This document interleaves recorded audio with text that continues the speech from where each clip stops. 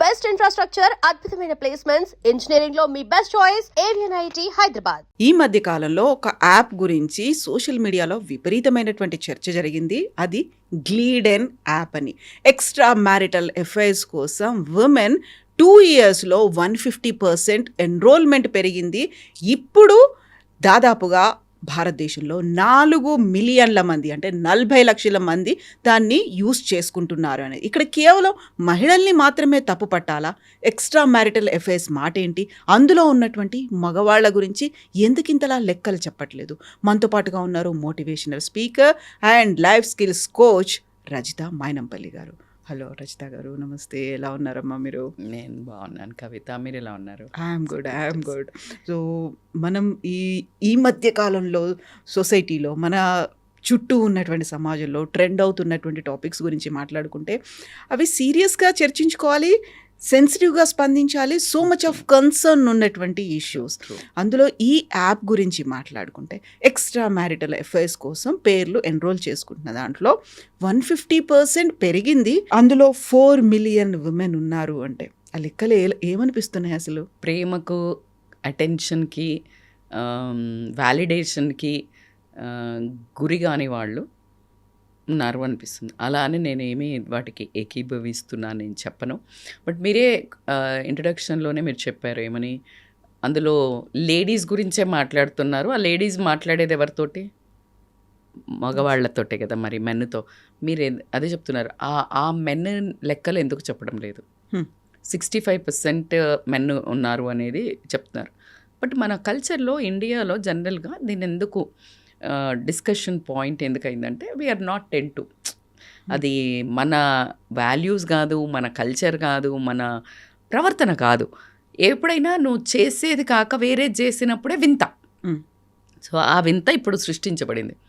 మరి ఈ వింతకు కారణం ఎవరు, ఏంటి అంటే ఖచ్చితంగా media approachability.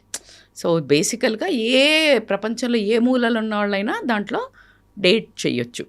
So it's in your hand. And especially దాన్ని మీరు ఇందాక చెప్పినట్టు నేను వింటే అరౌండ్ 10 to 3 మధ్యలో చాలామంది దాన్ని యూస్ చేస్తున్నారు యాప్. రాత్రి 10 నుంచి 3 వరకు. దీంట్లో కుటుంబాలు నాశనం అవ్వడం, ఆ టైంలో నిద్రపోయి హెల్త్లు నాశనం అవ్వటం. ఈ తర్వాత నువ్వు ఏదైతే సరదాగా ఒక వ్యాలిడేషన్ దొరుకుతుంది, ఒక డోపమైన్ ఎఫెక్ట్ వస్తుంది, ఒక లవ్ హార్మోన్ రిలీజ్ అవుతుంది మాట్లాడినప్పుడు. ఇప్పుడు ఎవరైనా నువ్వు బాగున్నావనో ఏదేదో మొదలవుతుంది ఇద్దరిలో. ఏదైతే ఉంటుందో అది ఖచ్చితంగా అదే డోపమైన్ రాంగ్లీ సెక్రెటెడ్ కార్టిజోల్ అయినా, అంటే మంచి హార్మోన్ అయినా, లవ్ హార్మోన్ అయినా will turn in to A poison. అది రాంగ్ కదా. నీకు అది ఎక్కడి వరకు ముందుకు తీసుకెళ్తుంది? అండ్ నువ్వు ఎడిక్ట్ అవుతావు. ఎడిక్ట్ అయిన తర్వాత మళ్ళీ ఇప్పుడు జరిగే ఒక దరిద్రం కంటే, ఇప్పుడు భర్త అటెన్షన్ లేకనో, నీకు వ్యాలిడేషన్ ఇవ్వకనో, లేకపోతే భర్త కూడా ఇంకో వాళ్ళతోటో ఫైర్ పెట్టుకోనో, so many things in the platter. ఈ స్టెప్ ఒక 20 కొంచెం తక్కువ మోతాదు వాళ్ళే ఊరికే, అంటే మన తెలంగాణ లాంగ్వేజ్ చెప్పడం పైచం ఎక్కి వెళ్తారేమో, కానీ మోస్ట్ ఆఫ్ ద పీపుల్కి ఒక రకమైన లోన్లీనెస్, భర్తలు అటెన్షన్ ఇవ్వకపోవడము. అటెన్షన్ అంటే నువ్వు బ్యూటిఫుల్ ఉన్నావు, నువ్వు అందగత్తవి, ఇవన్నీ చెప్పక్కర్లా. జస్ట్ నువ్వు పక్క నుండి ఏం జరుగుతుంది మన లైఫ్లో ఇద్దరు పిచ్చపాటి మాట్లాడుకోవటం. కథ మాటలు అంటే ఏంటి? నువ్వు తప్పు చేసినావు, నువ్వు ఇది చేసినావు, నీకు ఇది రాదు, నువ్వు కూర బాగా చేయలేవు, నువ్వు అన్నం బాగా చేయలేవు, మా అమ్మని చూసుకోవాలి, ఇక్కడ చూసుకోవాలి, మా చెల్లెని చక్కగా అబ్బా అని ఇలా పక్కకి తిరిగే వరకు అక్కంచే హాయ్ బేబీ తిన్నావా, నువ్వు ఇదే డీపీ పెట్టావు కదా బాగున్నావు అని ఒకడాన్ని. ఇప్పుడు ఇది మర్చిపోవాలి, బాధ, hurt. You will get divert in to this. నువ్వు ట్రాఫిక్లో స్ట్రక్ అయితే షార్ట్ కట్ చూస్తావా, చూడవా? You will take immediately 1 more, ఇక్కడ సందు ఉందని చూస్తారా, చూడరా? టు అవాయిడ్ దట్ హెడేక్ దీనికి వెళ్తే ఇరుక్కుపోతాము. సో ఇలా ఏది ఏమైనా ఎందుకు జరుగుతున్నాయి అని మీరు అడిగినప్పుడు ఖచ్చితంగా ఇది మనము భర్తలకి, మగవాళ్ళకు ఒక అలాం. Somewhere wrong with us. Madam ఉన్నాక మంచిగా ఉన్నాక పోయేవాళ్ళు ఎస్ నేను లేరని చెప్ప, దేనిది దానికి మనం the most of the times నేను ఒక ఉమెన్ని ఎప్పుడు ముందు వేసుకొచ్చేసి లేడీస్ మంచోళ్ళు జెంట్స్ తప్పు అని కానే కాదు. అలా అని మొత్తం ఆడోళ్ళే బర్తగించి మొగోళ్ళంతా పుణ్యపురుషులు కాదు. Both side mistakes are there. Can we listen ఒక్కసారి? సొసైటీలో ఏదైతే ట్రెండ్ అని చెప్తున్నప్పుడు ప్రతి ఇంట్లో అబ్బాయి మగ అయిన భర్త కానీ భార్య కానీ ఒక్కసారి దీనివల్ల పర్యవసనం ఏంటి, కాన్సిక్వెన్సెస్లో ఒకటి ఫస్ట్ ఆఫ్ ఆల్ అసలు ఈ మనసు ఒకటి అంగీకరించి చావదు. సో దాంట్లో నుంచి కూడా నువ్వు చేస్తే అటువైపోడు ఏ దరిద్రుడు దొరికితే రేపు నిన్ను బ్లాక్మెయిల్ చేస్తే, నీ ఇంట్లో ఉన్న బంగారమో బట్టలో మొత్తం డబ్బులు అన్నీ తీసుకురమ్మంటే, లేకపోతే నీ పిల్లల్ని ఏదో చేస్తా అని భయపెట్టిస్తే, అలా మీకు తెలుసా ఎంతమంది లేడీస్ అసలు అంటే అరా అని అలా అంటే అమాయకత్వంగా ఉన్నవాళ్ళు ఇలాంటి ట్రాప్లో పడి బంగారం అమ్మి తెలియకుండా వాళ్ళకి బ్లాక్మెయిల్స్కి వీటన్నిటికీ డబ్బులు ఇచ్చిన వాళ్ళు ఎంతమంది ఉన్నారో తెలుసా? లిటరల్లీ నేను ఒక జిమ్ అబ్బాయి పర్సనల్ ట్రైనింగ్ ఇస్తా, అటాచ్ అయ్యి ఆ ఉమెన్కి ఇక like they gut use to each other. దాని తర్వాత అది వీడియోస్ తీసే అబ్బాయి ఇప్పుడు కోట్లు లాగుతున్నాడట. ఫర్ మీ అది కౌన్సిలింగ్కి వచ్చింది. ఎవరు వచ్చిన వాళ్ళు? వాళ్ళ నాన్న. మీరు జరిగే ఎంటర్టైన్మెంట్ చూస్తున్నారు, దాని వెనకాల జరిగే కాన్సిక్వెన్సెస్ మీకు తెలీదు. Here why I'm talking about these issues is consequences are very dangerous. నువ్వు ఏం చేసినా బయటపడలేవు. అండ్ ఆ తర్వాత నువ్వు తలంచుకొని నీ పిల్లల ముందు నించుంటావా, నీ భర్త ముందు నించుంటావా, ఈ సమాజం ముందు నించుంటావా, పోయిగా నీకు ఒరిగిందేం లేదు, పోయేది మాత్రం కొండంతుంది. సో కొంచెం కాన్షియస్గా ఇలాంటివి అంటే అంత ఓపెన్ ప్లాట్ఫామ్లో పెట్టారు అని అంటే నువ్వే పోయి సింహం నోట్లో తల దూర్చినట్టా కాదా చెప్పండి? అప్పుడు నువ్వు సింహం కొరికింది తినేసింది సమస్య అంతే. ఇంక నువ్వు వెళ్ళి పెట్టావు అందులో తల, ఏదో ఒక రోజు కొరికేస్తుంది, తినేస్తుంది నిన్ను. ఈ లోపల నువ్వు బయటపడు. సెకండరీ హస్బెండ్స్కి ఖచ్చితంగా నేను ఫస్ట్ స్టార్ట్ చేయడమే దాంతో చేసిన. అంటే మా తప్ప అయితే భరతగిస్తారా? ఇప్పుడు అదంతా ముచ్చట డిబేట్కి టైం లేదు, మనకు వేస్ట్ ముచ్చట జరుగుతుంది. నేను చెప్తున్నా, సమాలించుకుంటే మీ ఇష్టం. అట్లా కరెక్టా మేడం అంటే నేను కరెక్ట్ కాదనే చెప్తున్నా. బట్ మన వైపు మన బంగారాన్ని మనం కూడా దాచిపెట్టుకోవాలని కూడా చెప్తున్నా. Your life, your prestige, your values, నీ యొక్క ధర్మం. ఫస్ట్ నీ భార్యను కాపాడుకోవడం నీ ధర్మం. సీతాదేవిని వాడు ఎత్తుకుపోయినా కూడా రాముడు ధర్మం కదా, కాపాడుకోవాలి. హనుమంతుడు వచ్చి దామ్మ ఎక్కించుకొని తీసుకుపోతా అంటే నేను రాను, నా భర్త ధర్మం నన్ను కాపాడి తీసుకెళ్ళడం. ఆయన యుద్ధం చేసి తీసుకెళ్ళాలి, రాత్రికి రాత్రి నువ్వు తీసుకెళ్ళలేరేంటి రాత్రికి రాత్రి హనుమంతుడు అంత కాల్చినాడు. ఇట్స్ యువర్ ధర్మం, తప్పు చేయకుండా చూసుకోవాల్సిన ధర్మం. ఎందుకు ఊరికే వచ్చిందా రాముడికి అంత మర్యాద? So these all things we need to understand. నువ్వేంది అంత ఘనకార్యం ఇప్పుడు చేసేది బిజీగా?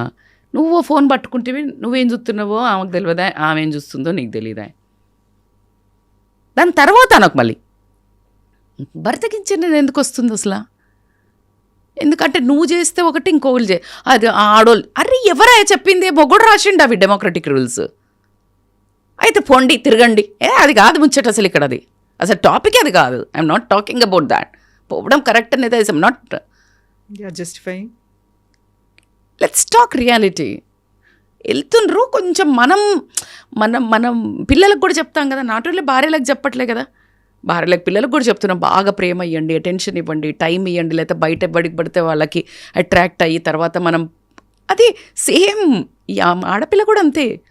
ఇట్స్ ఆపోజిట్ సెక్స్కి అట్రాక్ట్ కావడం అనేది, ఆ ప్రేమకి అట్రాక్ట్ కావడం అనేది నేచర్లో ఉంది. అందుకే చూడండి, బిడ్డ తండ్రికి ఫేవరెట్ ఉంటుంది, కొడుకు తల్లికి ఫేవరెట్ ఉంటాడు. నువ్వు ఏదైనా ఆపుతావు. So when we know this is happening and this is too much of availability, నీ ఇంట్లో ఎప్పుడు గోతి తవ్వుతుందో తెలీదు. కాబట్టి you take care of your things. నీ మనిషిని నువ్వు జాగ్రత్తగా చూసుకో, నీ భార్యనైనా నీ భర్తనైనా. ఇంకా తర్వాత పోయిన తర్వాత నువ్వు ఆకులుగా అదే అంటే చేతులు గాలినాక ఆకులు పట్టుకునే this no point. And it is not the discussion about తప్ప ఒప్ప. ఎవరు ఏది తప్పు కాదు, ఏది రైట్ కాదు. నీ వైపు నుంచి నీకు రైటు. ఇప్పుడు ఆమెను ఎవరినైనా కదిలిచ్చి ఏందమ్మా ఇట్లా ఎత్తరా అసలు నువ్వేనా మనిషివేనా? ఏంటి మేడం, నాకొక్క చిన్నప్పుడు మా నాన్న వాళ్ళు ఇష్టం లేకపోతే పెళ్లి చేసిండు మేడం. నేను చదువుకున్నా మేడం, MBA చదువుకున్నా మేడం. చదువుకున్నాక పిల్లలు జాబ్ చేయొద్దన్నారు మేడం. సరే అని వదిలేసిన. మంచి జాబ్ మేడం, ఆయన కంటే పెద్దది. అమ్మోళ్ళని చూసుకోవాలి, పిల్లల్ని చూసుకోవాలని ఆపిండ్రు మేడం. ఊరుకున్నా మేడం. ఇంకా చూడండి, నేను పని చేస్తా, ఇది చేస్తా, అది చేస్తా, ఇంటికి వచ్చి నేను మాట్లాడిస్తే కసురుకుంటాడు మేడం. పిల్లలకు పని మనిషిని, ఇంట్లో మా అత్తమామకు జిగడానికి మనిషిని, కేర్ టేకర్ని. ఇప్పుడు అందరు చేస్తలేరు, ఎంబటే వేయకండి సీన్లు, ఎవరు చేస్తలేరు మాకు తెలుసు. ఏం పని ఉంది? లేదు. నువ్వేమో మరి కాస్తన్న దగ్గర కూర్చోబెట్టుకొని ఏదో ఒక మాట.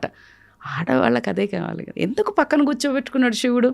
ఎందుకు పార్వతిని పక్కనే మీద కూర్చోబెట్టుకున్నాడు? మీ అంత తెలియలేక ఒళ్ళో కూర్చోబెట్టుకున్న అమ్మాయి నెత్తికెక్కుతుంది భార్య, కొంగును గట్టి ఏం మాట్లాడుతున్నారు? ప్రతి ఒక్క దేవుడు నేర్పించాడు. True true. బ్రహ్మ సరస్వతి జ్ఞానం బ్రహ్మ. ఎవరు మన సస్టైనబిలిటీని ఎర్న్ చేయడానికి ఎవరు విష్ణుమూర్తి. వాళ్ళ కాంబినేషన్ చూడండి. శివుడు ఎగ్జాక్ట్లీ అంత దాన్ని ఎట్లా రూల్ చేయాలి అని, పార్వతి మళ్ళా దానికి ఒక శక్తి. So it is a beautifully designed. Without men there is no women, without women there is no men. ఉమెన్లో మెన్ ఉంది.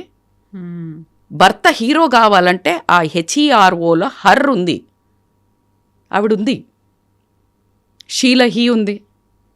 సో మీరు ఏమైనా చెప్పండి, ఇట్స్ ఎ లాజికల్లీ ఒక ఫ్యామిలీ, ఒక బ్యూటీ, ఒక లైఫ్ కంప్లీట్ అంటే దిస్ టూ ఎనర్జీస్.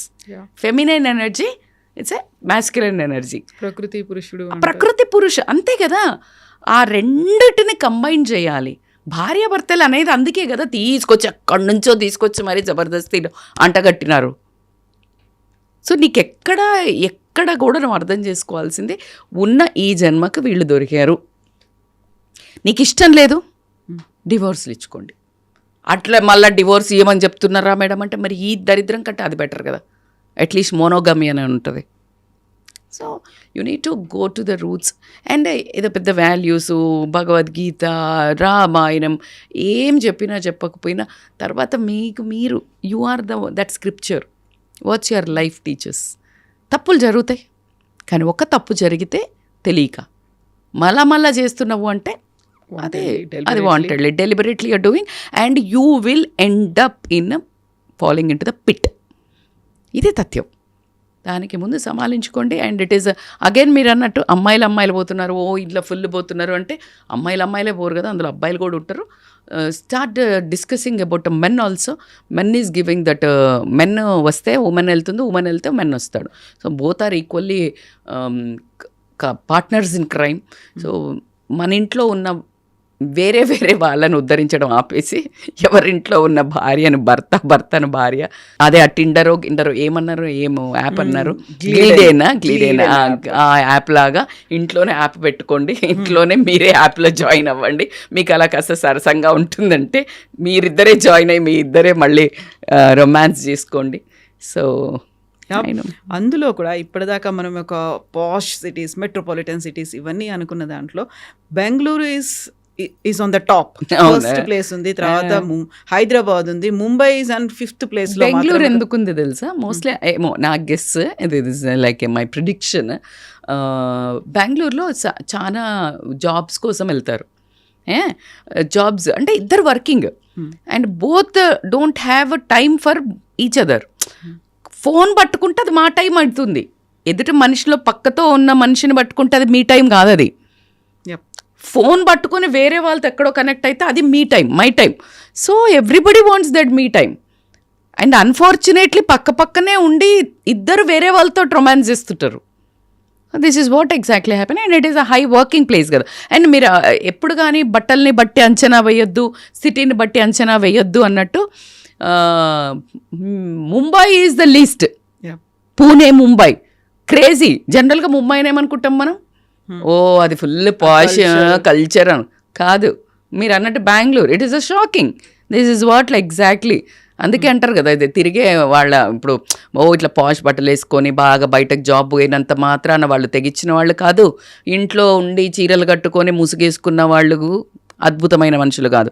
జీన్స్ వేసుకున్న అమ్మాయి అత్తమామని బాగా చూస్తుంది, ముసుగు కప్పుకున్న అమ్మాయి అత్తమామని బయటికి మెడబట్టుకొని నడుతుంది. So never go on the looks and the cities perceptions. India చూడు ఎట్లా తయారవుతుందో. నేను అదే మొన్న ఒక రీల్ మీకు ఇందాక చెప్పినట్టు, ఒక తండ్రిని కార్ ఎక్కించడానికి మెక్సికోలో ఓల్డ్ మ్యాన్ ఎక్కించడానికి ఇట్లా హై ఇన్నోవా టైప్స్ అనుకోండి, ఆ వెహికల్ ఎక్కలేకపోతే కొడుకు లిటరల్లీ ఇప్పుడు మనకు ప్రభాస్ ఇట్లా చెయ్యి పెట్టి బాహుబలిలో అనుష్క నడుస్తుంది కదా, ఆ టైప్లో తండ్రి కోసం కింద వంగితే ఆ కాలు అసలు అట్లా అని ఒక చిన్న చుక్క వచ్చి అప్పుడు అనిపించింది, ఓ ఇండియా ఇండియా అని ఓ రొమ్ము గుద్దుకొని మనం అందరం పెద్ద ఛాతీ చెంపుకొని చెప్తున్నాం కదా ఇండియా ఈజ్ లైక్ దిస్ అని. ఒక్కటన్నా ఇలాంటిది ఉంటుందా అని అనిపించింది. ఎంత న్యాచురల్గా ఎంత బ్యూటిఫుల్గా ఉండిందంటే it melted my heart like anything. So ఎక్కడ పుట్టామని కాదు, ప్రపంచంలో పుట్టాము. మానవ ధర్మాలను నిర్వర్తించుకుంటూ పోవడం ఒక్కటే. మనం పోతున్నాయి అనేది ప్రమోట్ చేయకుండా బ్యాక్ తెచ్చుకుందాం. స్వాతంత్రాన్ని బ్యాక్ తెచ్చుకోవడానికి కొట్లాడినట్టు మీలాంటి వాళ్ళు మాలాంటి వాళ్ళు మీడియాలో ఉన్నవాళ్ళు, let's talk more about the values. So true. Thank you so much అమ్మ. Thank you Kavitha.